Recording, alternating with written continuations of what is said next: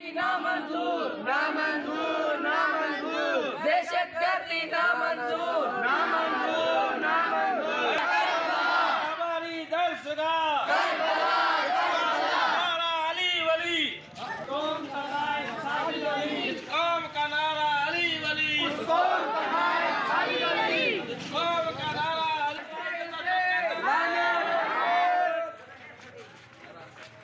America ते लानत Israel ते लानत उन्हें हामियन ते लानत इन कुत्ते दहशतगर्दन ते लानत। बिस्मिल्लाहिर्रहमानिर्रहीम। ज़िला लारकाना तहसील डोकरी यूनिट सी स्टेशन तहसील डोकरी। हमारी ये पुरअमन रैली एहतजाजी रैली उन बुज़दिलाना दहशतगर्दी के ख़िलाफ़ है जिन्होंने इस्लामाबाद में तरलाई में मस्जिद जामे मस्जिद तरलाई में खुदकुश हमला किया।